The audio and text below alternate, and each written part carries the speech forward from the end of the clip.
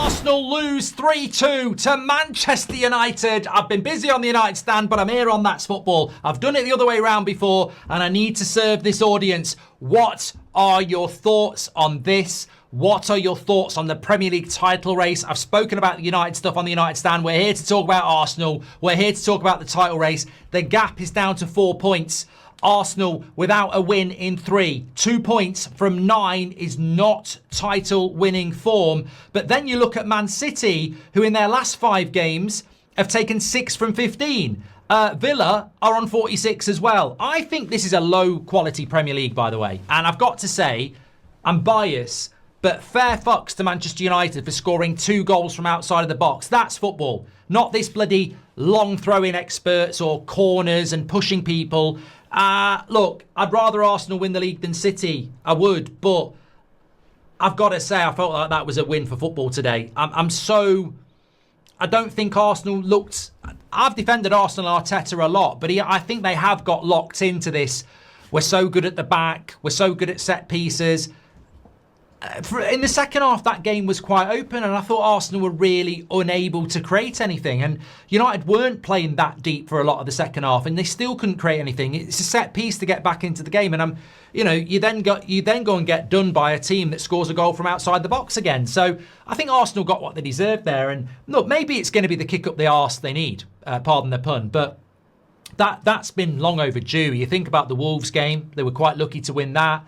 Everton at Goodison. They've had a few narrow wins where they just get over the line, and I think they were starting to believe their own hype. And I think as a Premier League winner, you've got to be a little bit better. And I think Arsenal today, the steam's probably run out in relation to how they're beating teams. It's almost become a little bit like, we'll keep a clean sheet, no one will have a shot, and we'll find a way. And look, if United hadn't had a shot on goal, you'd have won that game based on a scrappy first goal and a set piece and a mistake. Our first goal was a mistake. So United have scored 2 worldies and a mistake by Zubimendi. So look, you could, in a different game, Arsenal could have won that 2-1, and we'd all be sat there going, oh, they're amazing champions. They've done it with a corner again. And that's why I think that's a significant win.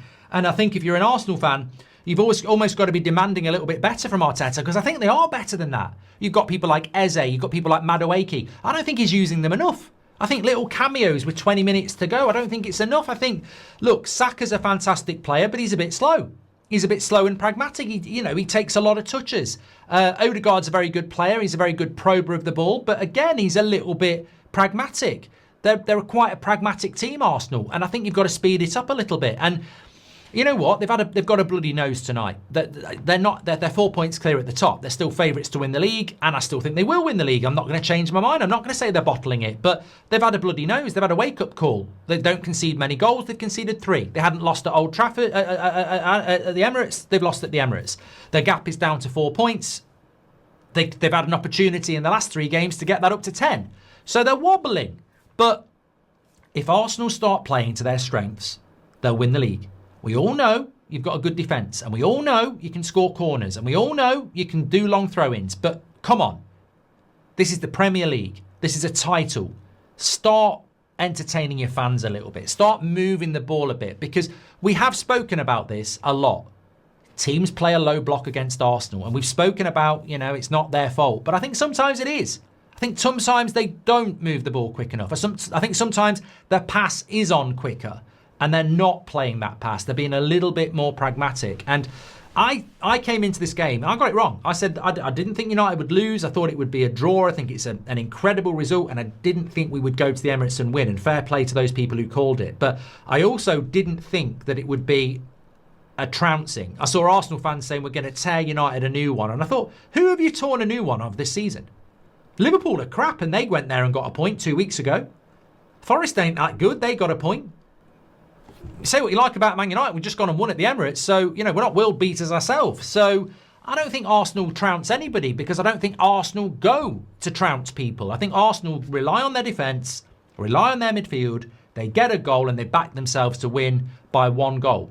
But the problem is, if you've got people like Dorgu who's going to hit a worldie, and Cunha that's going to hit a worldie, that's 2 goals.